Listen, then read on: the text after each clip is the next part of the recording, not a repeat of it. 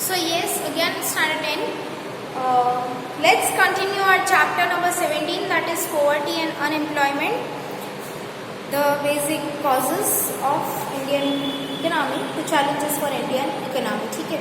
So now we have already studied the part where we have known how we can eradicate poverty, what are the reasons of poverty, which are the kind of poverty, how can you measure poverty, and what do you mean by people living below poverty line. ठीक है, इन सभी चीज़ों के अंदर हमने बहुत सारे common points कर लिए थे और एक्सप्लेनेशन भी हो चुकी थी. हम ऑलरेडी एक टॉपिक पढ़ रहे थे, एराडिकेशन ऑफ पॉवर्टी, जिसके अंदर हमने किया था कि रूरल पॉवर्टी और अर्बन पॉवर्टी के अंदर उन्हें कैसे कम किया जाए, कैसे रूरल एरियाज़ को डेवलप किया जाए, कैसे वो डेवलपमेंट के लिए स्टेप्स लिए गए, कैसे वो स्टेप्स एप्लीकेबल हुए और क्या उन स्टेप्स ने अपना प्रोग्रेस दिखाया या नहीं दिखाया. उसमें से एक टॉपिक था, हमने ऑलरेडी पढ़ा था, एग्रीकल्चरल सेक्टर. एग्रीकल्चरल सेक्टर के अंदर जो ग्रीन रेवोल्यूशन या इंस्टीट्यूशनल या टेक्नोलॉजिकल रिफॉर्म्स के बाद जो चीज़ें लाई गई या जो चीज़ें इम्प्लीमेंट की गई, उन चीज़ों के अंदर सोचा था कि वो सारी चेंजेस की वजह से जो रूरल पीपल है उनके अंदर पॉवर्टी जो प्रिवेल कर रही है वो कम हो जाएगी. तो rural poverty will reduce itself by doing all this things, और there will be an immense revolution in poverty eradication program as well as in creating employment opportunities and exports and everything. But somehow this strategy of government has proven to be one of the flop, because due to unequal distribution of income, the rich become richer and poor become poorer. How? So as we have already done in the last session, that जो intermediaries थे या जो fair market consumer, final consumer जो थे, उन्होंने एक अच्छा price पे किया था, जो प्राइस शायद रूरल एरियाज़ के अंदर या एग्रीकल्चरल सेक्टर के अंदर पहुंचना चाहिए था, बट वो वहाँ तक पहुंच ही नहीं पाया. There was a very simple reason कि बीच में बहुत सारे इंटरमीडिएटरीज होते हैं, उन्होंने वो जो शेयर था वो अक्वायर कर लिया, और इनकम जो थी वो डिस्ट्रीब्यूशन इक्वली होना चाहिए, उसकी जगह अनइक्वल हुआ. तो जो सिनेरियो था वो यही का यही रहा. उसके बाद गवर्नमेंट ने क्या किया, government has came up with one very good thing, that levying taxes. Okay, they have started collecting taxes from the luxury goods, from the services which are being availed and which are being commonly known as luxury. How can, if you are going to restaurants, poor person will not frequently go to restaurant, right? Or this is of course something before 5-10 years, क्योंकि ये course different हुआ है. Okay, finally तो उस वक्त शायद essentials का मतलब अलग था, आज एसेंशियल्स का मतलब अलग है. उस वक्त नीडी गुड्स के अंदर कुछ और था, आज नीडी गुड्स के अंदर कुछ और है. तो उस वक्त if car is a luxury item, तो कार के अंदर कुछ टैक्स थे, टूरिज्म, ट्रैवलिंग और उन सभी के ऊपर, अलग अलग सर्विसेज या अलग अलग गुड्स को अक्वायर करने के ऊपर, लग्जरी गुड्स के ऊपर एक specific amount of tax collect किया गया. उस टैक्स से क्या होता था, वो टैक्स कलेक्ट करने के बाद, मैंने लास्ट लेक्चर में भी बोला था कि जैसे कि फेयर प्राइस शॉप्स होते थे, 2 rupees 4 rupees 5 rupees kg food grains poor people को मिलते थे on that ration card. Okay, और ये जो सारी चीज़ें थी, उन चीज़ों में ये जो टैक्सेस लेवी किए गए पैसे है, क्योंकि सेंट्रल गवर्नमेंट या स्टेट गवर्नमेंट ही तो फंडिंग करती है इन सब प्रोग्राम्स के लिए, तो वो जो फंड होता है वो कलेक्ट कहाँ से होता है, तो वो यहाँ से होता है. ठीक है, let's move forward. For this, strategy was made to provide essential commodities to the poor people from fair price shops, FPS, under public distribution systems, PDS. By doing so, it has tried to improve the living standard of the poor. Thus, government has tried that there should be decrease in the production of luxurious items utilized by rich, and available resources should be utilized to produce the commodities used by poor people. Therefore, government has undertaken such efforts. As a result, there will be increase in employment among the poor, ability to work would increase production, and finally, income would increase, leading to better lifestyle. Understanding the need to improve agriculture sector, government implemented many programs like Land Ceiling Act, Regulation of Tenancy Act, security of cultivating rights, etc., so that there is decrease in the income of rich farmers and landlords and increase in income of farm laborers or tenants, so that there may be improvement in the condition of the poor. Government has announced the policies to encourage agriculture-related industries such as cattle rearing, dairy industry, pisciculture and afforestation. It helps in order to develop small irrigation schemes, household industries, cottage industries, small-scale industries, household. Government has announced. ठीक है, अब यहाँ पे government not only came up with taxation policies on luxurious goods, but they even focus on reducing all such commodities which come under luxury item or which come under the product which are not affordable for poor people. Rather than that, they have started emerging people into the production of essential goods, essential commodities. They have actually focused on how one can uplift and implement the scenario where poor people can get all the essential items as well as they can make profits or they can use it as a mean of creating employment. तो of course agricultural sectors के अंदर ध्यान दिया गया. Agriculture sectors के अंदर बहुत सारी चीज़ें जो है जो हमने ऑलरेडी कर ली है, जैसे कि मैंने स्टार्टिंग में बोला डेयरी, जो पहले डेयरी फार्मिंग इतना नहीं था, बट देन उसको पॉल्यूटिव फार्मिंग को एफॉरेस्टेशन मतलब कि डिफॉरेस्टेशन का ऑपोजिट ऑफ कोर्स कि प्लांटेशंस मतलब करो, बहुत सारे प्लांट्स करो, ऑफ कोर्स उगाओ मतलब, और उसका जो ध्यान रखा जाता है. Then there were completely exports के लिए क्या ज़रूरी था कि पहले जो फार्मर्स होते थे वो क्रॉप्स उगाते थे, वो सब करते थे. फ्रूट्स या वेजिटेबल्स में भी सेक्टर्स के अंदर भी इतना रिवोल्यूशन नहीं था, but then they started actually focusing on mangoes. अगर इंडिया में मैंगोज बहुत अच्छे हो रहे हैं, राइट, इंडिया के अंदर मैंगोज का, और इंडिया के अंदर क्लाइमेट भी वैसा है. अब देखो क्लाइमेटिकल फ्रूट्स होते हैं ना, स्ट्रॉबेरीज और एप्पल्स को कोल्ड वेदर चाहिए, मैंगोज को हॉट वेदर चाहिए, तो ठीक है इंडिया के अंदर वैसा क्लाइमेटिकल कंडीशन भी अवेलेबल है. कॉन्डिमेंट्स जो है या जितने भी स्पाइसेस हैं, स्पेसिफिकली मीन सिनेमन को एक स्पेसिफिक कंडीशन क्लाइमेटिकल कंडीशन चाहिए. तो बेवरेजेस है, टी, कॉफ़ी, कोको, ठीक है, उन सभी चीज़ों में प्लांटेशन एग्रीकल्चर के अंडर में जो भी हमने चैप्टर 10 के अंदर किया था, उन सभी चीज़ों के अंदर एक रेवोल्यूशन लाया गया. उन चीज़ों को बहुत ज़्यादा promote or as well as उनको उनकी awareness दिलाई गई कि if you will grow and if you will look after these things, these products can be marketable at very good prices as well as you can export these things, because बहुत सारी countries के अंदर ये सारी चीज़ें available थी ही नहीं. तो उससे भी हम जो करेंसी है वो जनरेट कर सकते हैं, पॉवर्टी रिड्यूस कर सकते हैं, एम्प्लॉयमेंट अपॉर्चुनिटीज़ बढ़ा सकते हैं. उसके अलावा गवर्नमेंट ने क्या किया, कॉटेज इंडस्ट्रीज जितनी भी है, मतलब कि handicraft local people, if you know this we have done in chapter number 1 और in the last year also, I exactly don't remember that there were saris being made through hand embroideries, then patolas were made by hand. Pot जो है हमने बोला ना handicraft के handloom industries के अंदर जो भी चीज़ें बनी गई है ट्रेडिशनली, उनको बढ़ावा दिया गया. आफ्टर दैट कॉटेज इंडस्ट्रीज के अंडर में कुछ गृह उद्योग, कॉटेज इंडस्ट्रीज और हाउस इंडस्ट्रीज व्हाटएवर वी से, ठीक है, उसके अंदर जो ज़्यादा वुमेन्स एम्पावरमेंट और वुमेन्स एम्प्लॉयमेंट को भी प्रमोट किया गया. बहुत सारी ऐसी जगह क्रिएट की गई, मशीनरी, वीविंग, क्लोथ्स, स्यूइंग, वो सब चीज़ें जो इंडिया में पहले से एक आर्ट थी, उन आर्ट को भी प्रमोट किया गया कि इन सब चीज़ों की वजह से रूरल पीपल है वो without even having proper education, ભણેલા છે પણ ગણેલા નથી, તો એક્ઝેક્ટલી ઓપોઝિટ ટુ દેટ કે ભણેલા નથી પણ ગણેલા છે.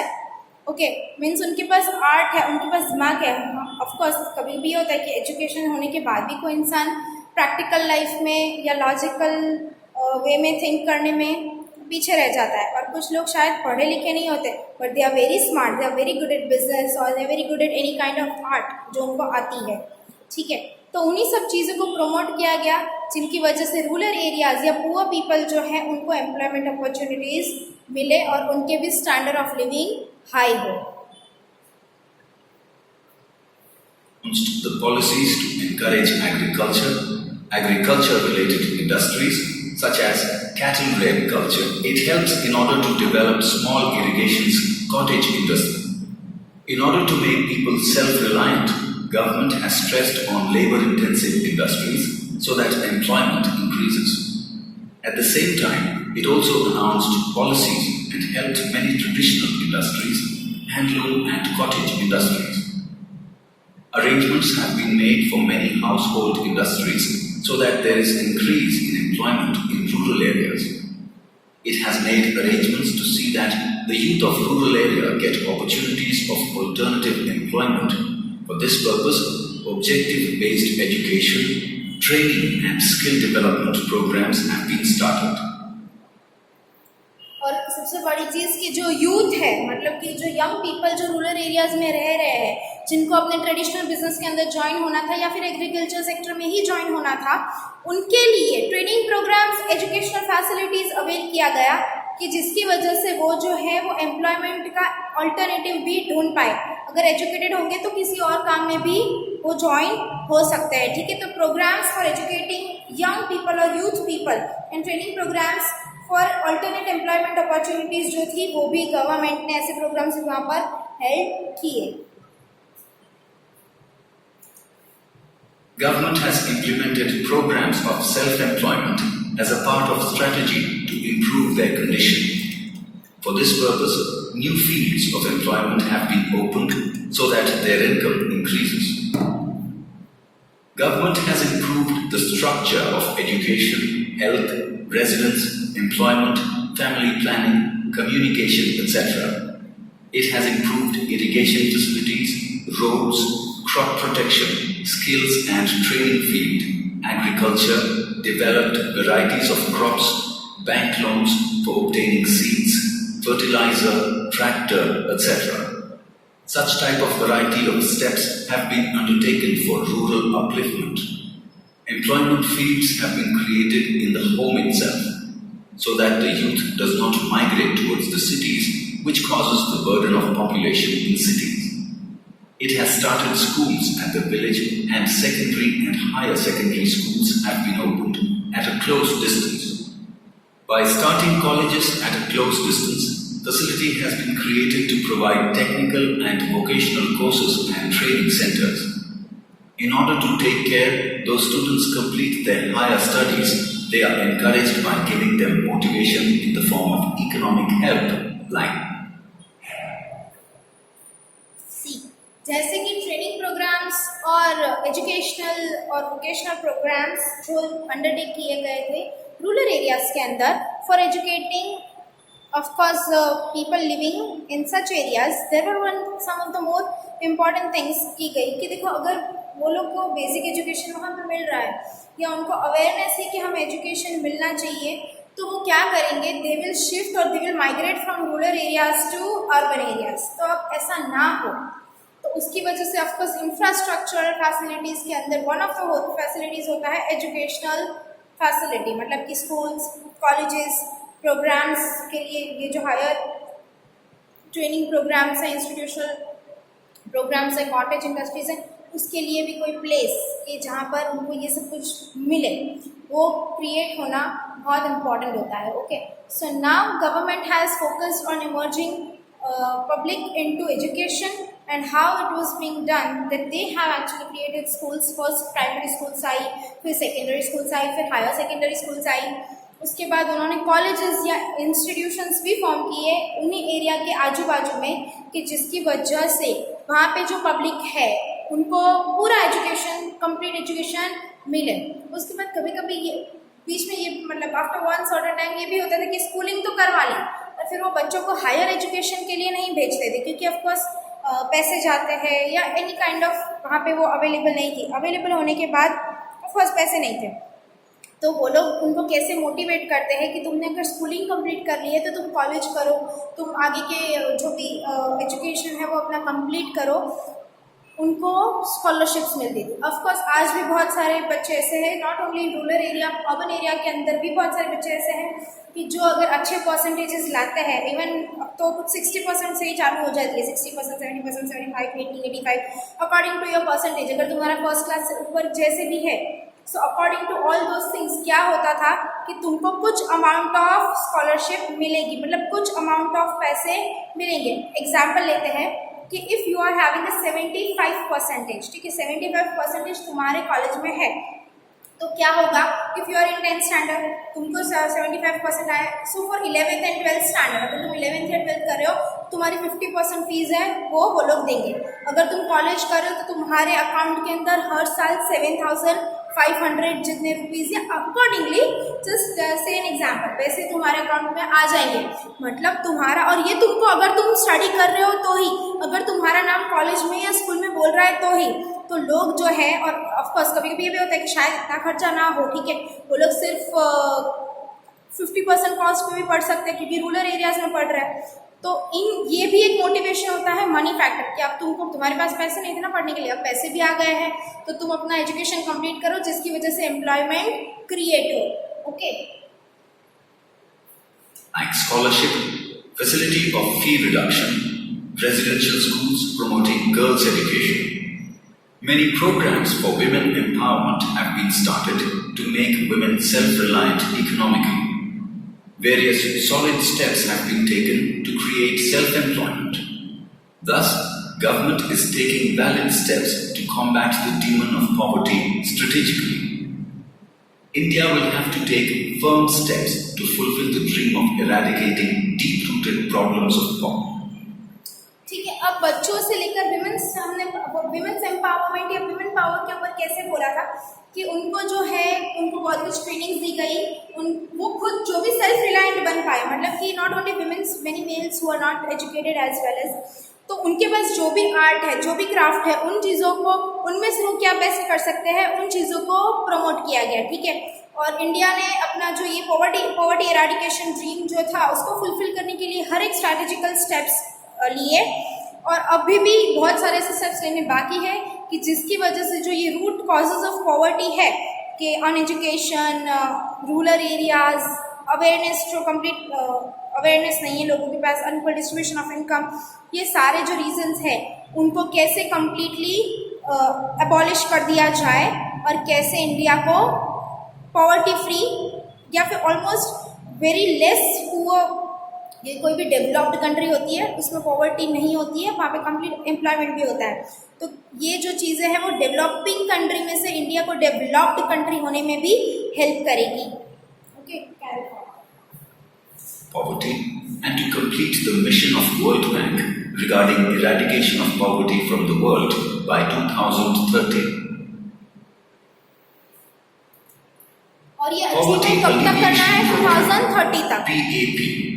In order to make poverty alleviation solutions successful, the rural and urban people living below poverty line. अब इसके लिए क्या चीज आई? दैट इज PAP, पाप, नॉट पाप, ओके, पॉवर्टी एलिवेशन प्रोग्राम, ठीक है।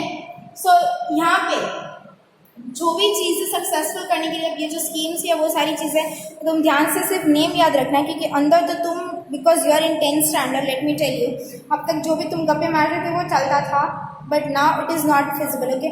तुमको एटलीस्ट तुम हेडिंग जो लिख रहे हो तो कंपलसरी, ऑफकोर्स मैंने देखा है ना, इन लास्ट वीडियो मैंने ये नहीं बोला कि मैं दोनों साथ में बना रही हूँ। आई was so happy, I have checked your first worksheet of standard 9 and standard 10 both the classes and I was so mesmerized कि standard 10 के 10 लोगों या 12 लोगों की मुझे वर्कशीट्स मिली है, उसमें मुझे बहुत अच्छी लगी है कि तुम लोगों ने वो सारी चीज़ों का ध्यान रखा है कि जो मैं जब last year first time I थी और मैंने बोला पॉइंट वाइज लिखना, अच्छे से वो बनाना, टेबल बनाना, उतना ही तो बोला है। 9th स्टैंडर्ड ने ऐसा कुछ भी नहीं किया, उन्होंने ऐसे पैराग्राफ्स लिखे और 10th स्टैंडर्ड ने इतनी ब्यूटीफुल प्रेजेंटेशन दी है और मैप भी बहुत अच्छे से किया है जो 2-4 लोगों ने किया है। So I was so glad to know that you guys have done very good job. Please ऐसे ही करना, जितने भी लोगों की मुझे मिली है, मुझे एग्जैक्टली तो याद नहीं है, बट अगर तुम आगे भी कर रहे हो तो I am in absolute love with your work, ठीक है। तो और उन चीज़ों को लर्न भी करना वो पॉइंट्स जो तुमने बनाए हैं वैसे ही पढ़ना, एग्जाम प्रेजेंटेशन भी वैसे ही करना। और जो भी लोगों ने वर्कशीट सबमिट नहीं की है, देखो इट इज़ फॉर यू, तुम सबमिट करोगे ना तो तुम्हारी जो राइटिंग प्रैक्टिस है ना वो स्टॉप नहीं होगी, ठीक है। तुम मार्क्स का, और अब मैं छोटी बनाऊंगी, अब 2-4 वर्कशीट जो है थी वो I know it is very long, बहुत ज़्यादा बड़ी बनी थी because I was being said to make it, but now I will try that I don't give you, क्योंकि उसमें क्या हो रहा है कि तुम्हारे प्रेजेंटेशन में भी बहुत गप्पे हो रहे हैं और कुछ चीज़ें रॉन्ग भी लिख रहे हो, तो वो रॉन्ग मत लिखो। जो भी लिखना है भले वो बड़ा बन रहा है फिर भी पॉइंट वाइज लिखो, तो क्या है कि चेकर को भी वो मज़ा आएगा चेक करने में। बाकी you have done completely amazing work. So okay, now let's do again about, हाँ, तो यहाँ पे ये जो सारे पॉइंट्स हैं वो याद रखना, और ये कैसे कौन से प्रोग्राम्स जो है ये आए, तो तुमको क्या करना है, अब तुम जो भी लिखो या नेक्स्ट वर्कशीट्स में स्पेसिफिकली जब ये चैप्टर की वर्कशीट तुम्हारे हाथ में आए या एग्रीकल्चर की तो आ चुकी है, तो उसमें तुमको ये जो हेडिंग है वो हेडिंग कंपलसरी राइट लिखना है। फिर अंदर तुम पॉइंट वाइज लिखोगे, कुछ अपना लिखोगे, it is okay, it is manageable, but तुम हेडिंग ही रॉन्ग लिखोगे तो तुम्हारा सब कुछ रॉन्ग हो जाएगा, ठीक है। तो ये सारे पॉइंट्स याद रखना, else it was very good. Should get direct financial benefit from various welfare schemes. There may be change in the names of these programs, but the basic objective is to create opportunity of employment for families suffering from poverty, improve agriculture, rural upliftment, food security, provide education, develop skill through training, so that the economic condition may improve, leading social security and may bring them above poverty line. Present central and state government have implemented many welfare programs. It has tried to improve living standard of poor in cities by improving geographical and infrastructural services. With the reduction in unemployment, poverty will reduce. Poverty alleviation program or schemes may be divided into 5 sections. Wage-based employment program, self-employment program, programs related to food security, programs related to social safety, programs of elimination of poverty in urban areas. Presently, many series of programs are implemented in these 5 sections, but we will be making compiled and omnibus discussion of main programs out of them as follows. ठीक है, PAP ये इसके अंदर में क्या क्या चीज़ें हुई तो हमने पहले ही डिस्कस कर दिया है कि इंफ्रास्ट्रक्चरल फैसिलिटीज जितने भी पुअर एरिया थे उन सभी को हटा के, if you know that Modi ji have given that one room, एक रूम प्लेस कर दिए गए, टॉयलेट्स बने, बहुत सारी चीज़ें बनी। तो ये तो बेसिक होता है कि पूरा जो एक झोपड़पट्टी वाला एरिया है उसकी जगह उस एरिया को अच्छे से इमर्ज किया गया और लाइवहुड मतलब एक अच्छे से रहने के लिए वो चीज़ें वहाँ पर क्रिएट की गई कि वो बेसिक उसी से एक तो मेंटालिटी से लेके सब कुछ चेंज होगा, ठीक है। थोड़ा सा सैनिटाइजेशन भी हो जाएगा कि जिसकी वजह से डिजीजेज नहीं होंगे तो हेल्थ केयर सर्विसेज इतना ज़्यादा अवेल नहीं करना पड़ेगा पुअर पीपल को, ठीक है। उसके बाद बहुत सारी ऐसी भी स्टेप्स लिए गए जो अब सारे जो प्रोग्राम्स हैं वो अब स्टार्ट हो रहे हैं कि इसके अंदर और कौन से सब पॉइंट्स या सब पॉलिसीज हैव बीन इम्प्लीमेंटेड, ठीक है। तो Major objective of following schemes mentioned below is to provide employment in the field of agriculture and irrigation, road, food security, organic farming, and selling of agricultural products so that direct income is earned, which will improve the financial condition of the poor. हमको पता है सबसे ज़्यादा बड़ा poverty का reason था rural areas में सबसे बड़ा पॉवर्टी का रीज़न था एग्रीकल्चरल सेक्टर, ठीक है। ये दिमाग में बैठा लेना। और अब एग्रीकल्चर सेक्टर के अंदर जो भी प्रोडक्ट्स थी, जो भी चीज़ें बन रही थी, उनको सबसे ज़्यादा सेलेबल हो, मार्केटेबल हो वो चीज़ें, और उसमें से डायरेक्ट इनकम ये लोग कमा पाए, जिसकी वजह से पॉवर्टी रिड्यूस हो। ऐसे स्टेप्स लिए गए। प्रधानमंत्री कृषि सिंचाई योजना, प्रधानमंत्री कृषि सिंचाई योजना, ये हेडिंग लिखना बहुत ज़्यादा ज़रूरी है। अब देखो अंदर क्या है। Under National Agriculture Plan, there should be increase in agriculture growth rate and sectors related to it, improvement in irrigation facilities. Irrigation facilities should reach every part of agricultural land. Drip irrigation systems should be used, along with construction of small, big, medium-sized check dams to combat water problem, so that every field gets water. Such type of steps have been taken so that farmers are saved from dangers of agriculture and debt, and they become free from the vicious circle of poverty by providing them employment in order to fulfill their income. Prime Minister Farm Safety Insurance Plan. कृषि सिंचाई योजना के अंदर क्या हुआ, तुमने सारा चीजें देख लिया। सिंपली इरिगेशन फैसिलिटीज प्रोवाइड की गई। पहले ये होता था ना कि हम सिर्फ रेन पे डिपेंड करते थे, तो ड्यू टू अनसर्टन रेनफॉल ये जो सारा प्रोडक्शन हो रहा था उसका भी अनइक्वल अमाउंट था, मतलब कि हो सकता है कि जितना सोचा उतना नहीं मिले। But after that Krishi Sinchai Yojana proper irrigation facilities has been availed so that farmers can actually get what a product is being saw and they can make it marketable. उसके बाद सेकेंड योजना By insurance plan. Prime Minister By improving farm safety insurance. और farm safety insurance मतलब क्या कि again कोई भी uncertainty होती है तो उनको जो उन्होंने जो एक्सपेंडिचर ऑलरेडी किया है वो अंडर दैट इंश्योरेंस स्कीम मिल जाएगा। इंश्योरेंस मतलब क्या, हम कार इंश्योरेंस या कोई भी चीज़ का इंश्योरेंस लेते हैं तो उसका पर्पस क्या होता है कि हमको उसका डैमेज जो भी हुआ है वो मिल जाए। This plan, farmers are to be helped at the time of natural calamity by providing them economic support. Government started giving bonus at the purchase of cotton and concession at loss or damage of crops. Kshiti Mukt Krishi Bhav Panch has been set up to stabilize the prices. National Drinking Water Program. ठीक है, हमने ये water resources chapter number 11 में पढ़ा था कि बहुत सारे लोगों को ड्रिंकिंग वाटर जो है वो भी क्लीन ड्रिंकिंग वाटर नहीं मिलता, तो under this scheme there were such facilities being made available. Programs like providing water to every field, improving existing canal network, stop soil erosion, new tube wells for tribals, prevention of salinity have been implemented. Other than this program of digging ponds, watershed development, construction of tanks, conservation of rainwater, afforestation, constructing lining of canal, planting trees and shrubs, renovation and revitalization of check dams, etc. have been started. ये जो पूरा topic है इसके अंदर वही सारी बातें बताई गई जो हमने चैप्टर नंबर 11 वाटर रिसोर्स में मल्टीपर्पज प्रोजेक्ट्स के अंदर की थी। Making of check dams, wells, tube wells and ponds, digging up ponds, creating every means of water. फिर एफॉरेस्टेशन के प्लान्स होंगे तो रेनफॉल अच्छा होगा ऑफकोर्स।